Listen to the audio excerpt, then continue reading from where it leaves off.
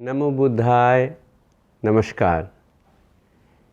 पिछले एपिसोड में हम लोगों ने प्रथम आर्य सत्य के विषय में चर्चा की थी। चलिए आज उसके विषय में थोड़ा विस्तृत चर्चा की जाए।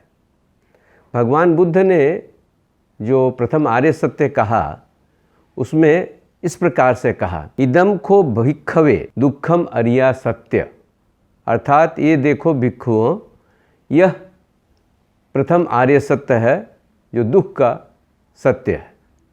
भगवान बुद्ध कहते हैं कि मैं तुमको दुख बताता हूँ और दुख से मुक्ति का मार्ग बताता हूँ। तो कहते हैं जाति भी दुखा। जाति का अर्थ उन दिनों जन्म होता था। आजकल तो जाति हम लोग जात पात के लिए कहते हैं, लेकिन उन दिनों जाति का अर्थ होता था जन्म लेना। तो भगवान बुद्ध कहते हैं कि जन्म लेना दुख है।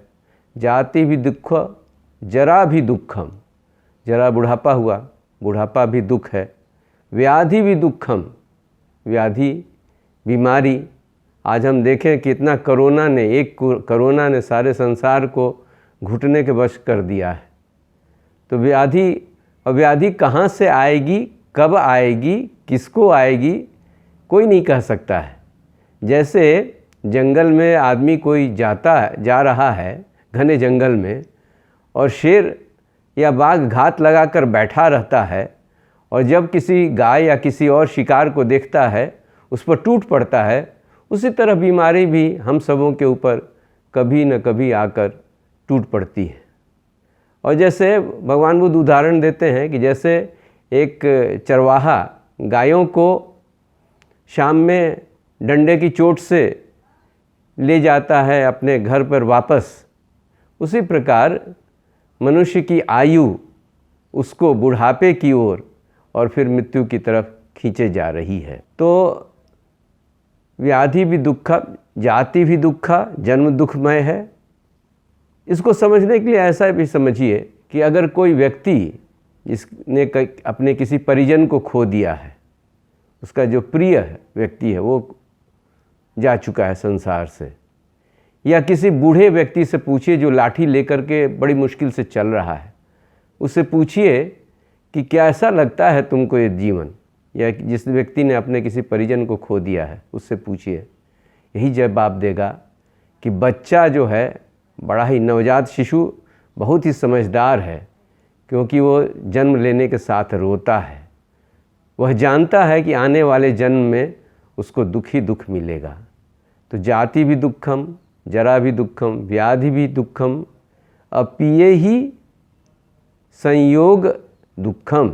मतलब कुछ ऐसे लोग हैं जो इनसे हमारा प्रिय संबंध नहीं है, तो वैसे लोगों से जीवन में संयोग होगा ही, मिलन होगा ही। ऐसा नहीं कि जो अप्रिय लोग हैं वो हमसे नहीं मिलेंगे। हमें रोज़मर्रे के जीवन में उनके साथ जीवन जीना होगा।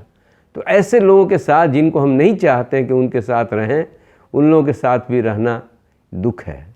और पिए ही वियोग दुखम।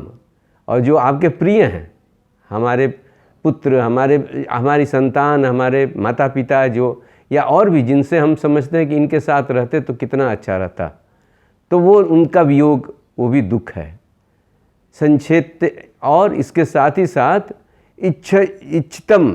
इच्छतम न लभते तम भी दुखम। जो इस चीज़ को हम इच्छा करते हैं कि यह प्राप्त हो, जीवन में बहुत सारी चीज़ें इच्छा करते हैं लेकिन प्राप्त नहीं होती हैं, तो वह भी दुख है। तो ये सारा का सारा दुख ही दुख है। जीवन में बड़ा ही सुखदायक लगता है पुरुष स्त्री का मिलन, लेकिन उन शरीर के अंगों को भी भस्मीभूत हो जाना पड़ता है जो आनंद की अनुभूति देते थे। राजा महाराजा या बड़े बड़े नेतागण संसार पर विजय पाते हैं, लेकिन उनके शरीर को भी चील और कौवे खाते हैं। आज हम सभी त्रस्त हैं पूर्णतः महामारी एवं अन्य विपदाओं से। तो इस प्रकार जो सुख की अवधि जो है, भगवान बुद्ध कहते हैं कि मधु की एक बूंद, अगर मधु की एक बूंद मिलती है तो समझिए कि उतनी सुख की अनुभूति देता है। या जुगनू का प्रकाश जितने समय तक होता है, समझिए वही सुख की अवधि है। बाकी सब दुख ही दुख है। लेकिन भगवान बुद्ध ने यहीं पर छोड़ा नहीं, हमें दुख का कारण बताया और कैसे कारण से मुक्ति मिलेगी यह भी बताया। जैसे एक अच्छा डॉक्टर दवा भी देता है, उसकी चर्चा हम अगले प्रसंग में करेंगे। तब तक के लिए नमो बुद्धाय, धन्यवाद।